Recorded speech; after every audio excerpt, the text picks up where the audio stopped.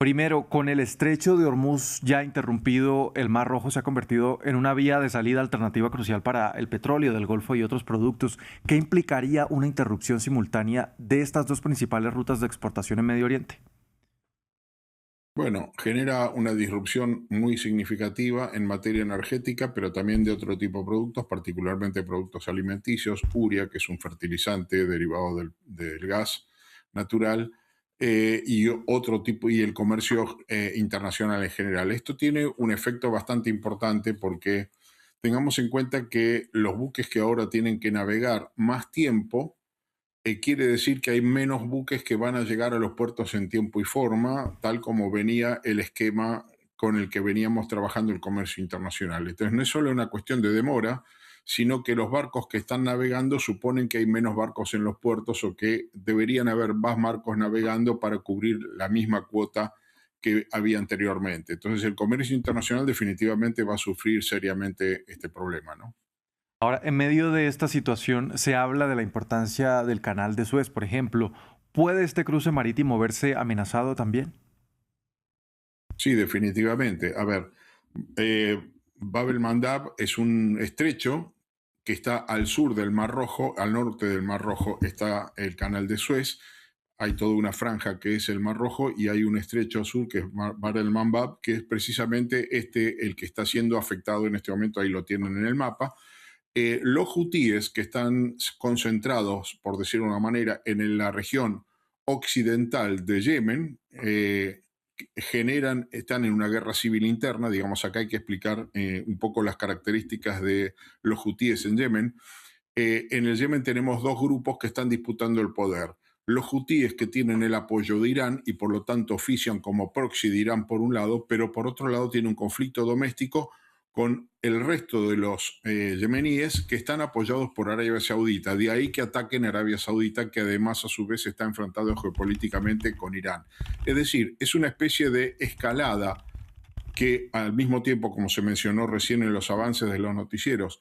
estamos en simultáneo en una escalada vertical en el sentido de se profundizan los ataques 12 días que Estados Unidos viene atacando Irán y además atacando, cruzando muchas líneas rojas, ya no solamente blancos militares, sino logísticos y de infraestructura crítica, que va mucho más allá de los blancos militares, sino que también horizontal porque hay otros países en esta escalada que se están empezando a involucrar de manera más activa. Hasta ahora lo hacían de manera velada, pero ahora ya lo hacen abiertamente. Particularmente los hutíes tuvieron atacado su aeropuerto de Sanaa la semana pasada en oportunidad de que un avión iraní, aparentemente les llevaba armas, fue bombardeado el aeropuerto y ese avión iraní no pudo aterrizar, tuvo que ser desviado a otro lugar. En respuesta a esto, los hutíes del Yemen respondieron con un ataque a Arabia Saudita y además advirtiendo que no van a permitir el paso de los barcos de Arabia Saudita o aquellos que interesen a Arabia Saudita, que no es un dato menor. Esto es un tema bastante complicado porque hay un puerto, Jambú, que es un puerto alternativo que está utilizando en las costas del Mar Rojo Arabia Saudita. Como no puede salir por Hormuz, está saliendo por el Mar Rojo, pero es una línea muy crítica porque ese oleoducto atacado puede ser destruido y ahí definitivamente Arabia Saudita no va a tener salida para su petróleo y esto definitivamente va a tener un gran impacto en el comercio internacional. En este panorama mencionamos entonces el estrecho de Hormuz, el estrecho de Bab el Mandab y el canal de Suez. ¿Existen rutas alternativas a estas que ya abordamos?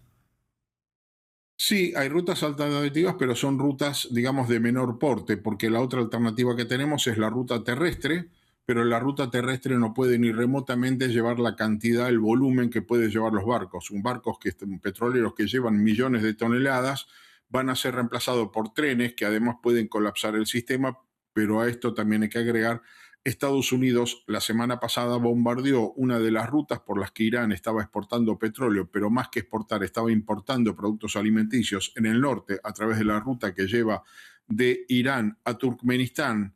de ahí a Kazajistán y de ahí a China y viceversa, es decir, esa ruta era utilizada para ingresar alimentos y medicamentos porque Irán está todavía bajo sanciones y esto le complicaba esa entrada. Entonces, ese puente ferroviario que fue destruido impide que se pueda exportar por ese camino.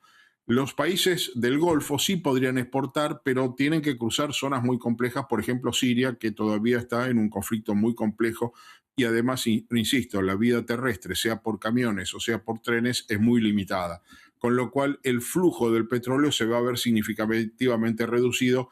Y hay que aclarar que si bien Estados Unidos dice que el Golfo de Hormuz está abierto, la realidad es que cuando uno ve los mapas de navegación, ve que los barcos no están cruzando más allá que Estados Unidos ofrezca la garantía. La realidad no es lo que se dice ofreciendo garantía, sino cuando uno ve los mapas y ve si los buques o no están cruzando o no ese lugar. La semana anteayer hay 2 buques petroleros que desviaron su ruta, iban a cruzar por Bab el Mandab, desviaron su ruta, regresaron, optaron por no ir por esa ruta y anoche fueron atacados, según las versiones siempre de los hutíes, 2 barcos. Arabia Saudita reconoce que fue uno el que fue atacado,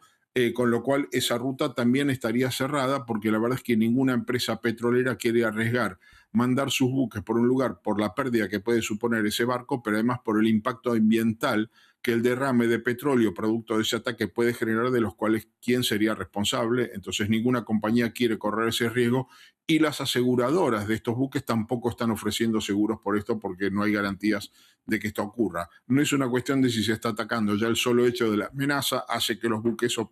las empresas navieras opten por no ir por ese lugar.